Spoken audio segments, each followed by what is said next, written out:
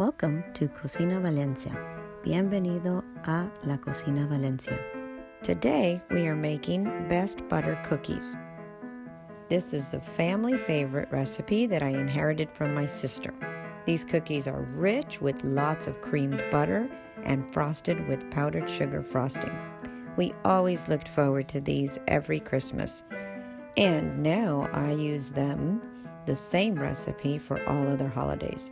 Today we will make Heart Valentine's Day shaped cookies, galletas de azúcar de San Valentín. We will use 5 cups of flour, 2 cups of butter, 2 eggs at room temperature, 1.5 cups of sugar, 1 teaspoon of vanilla, 2 teaspoons of baking powder, and half a teaspoon of salt. And make sure your butter is also at room temperature. I always begin by measuring my flour using a knife to scrape the top of the measuring cup to the exact measurement.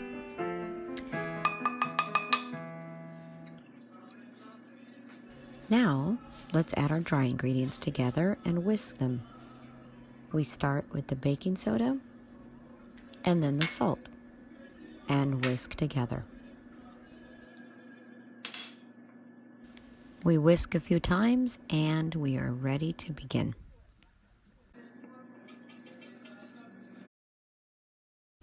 Place your sugar in the mixing bowl. I use my 6-quart KitchenAid versus my smaller one because it's a lot of dough and a lot to mix.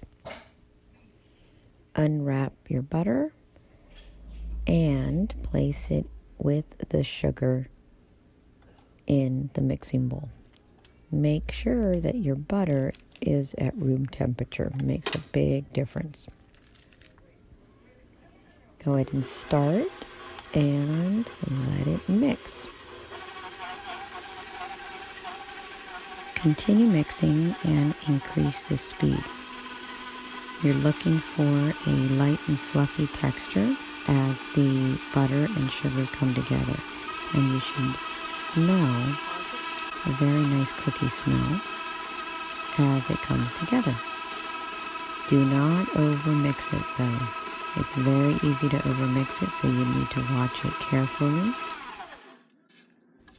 You want to ensure to scrape the sides of the bowl so that you get all of the mixture mixed well. Then turn it back on. Add the eggs and vanilla to the mixture and mix, mix, mix.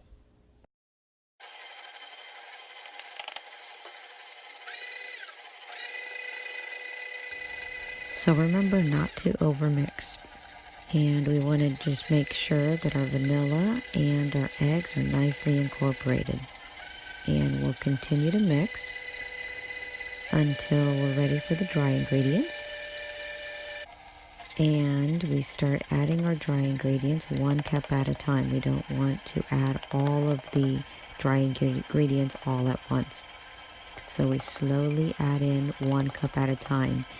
And you will see the mixture, the dough, turning into dough. And we're looking for it to come together, and do not overmix. Once it starts forming together, then you want to turn it off.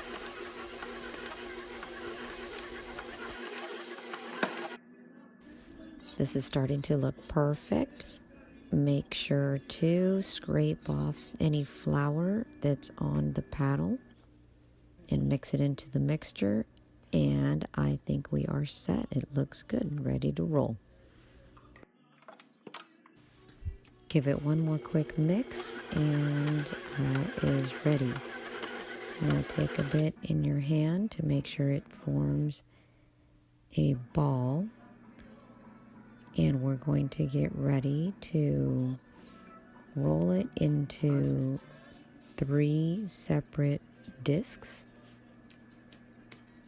and saran wrap around it, because we want to work with one at a time while the others are in the refrigerator. You can also have the dough overnight in the fridge. You can freeze the dough. I like to work with one at a time. Sometimes I freeze part of it, depending on how much I like to make. Sprinkle flour on your working space. Select your cookie cutters that you'd like to use and get ready to roll. As you roll, be sure not to make the dough too thin. You would like to leave at least 1/4 of an inch thickness of dough while you are rolling, and you need to make it even on all sides. You're looking for 1/4 inch thickness, like so. Using your cookie cutter, start cutting out the cookies and placing on cookie tray. Then take the remaining dough and repeat the process. Roll, cut, and place on tray.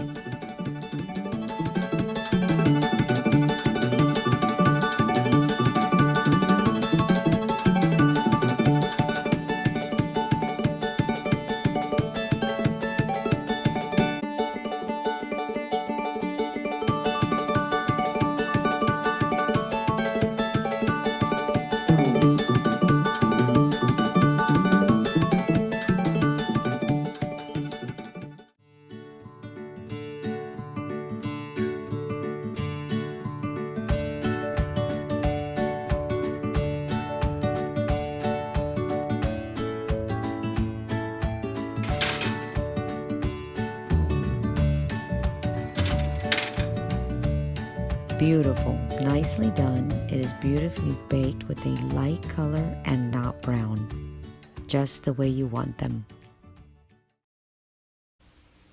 My favorite frosting for these cookies are the powdered sugar frosting recipe, also on my channel. Enjoy. Buen provecho.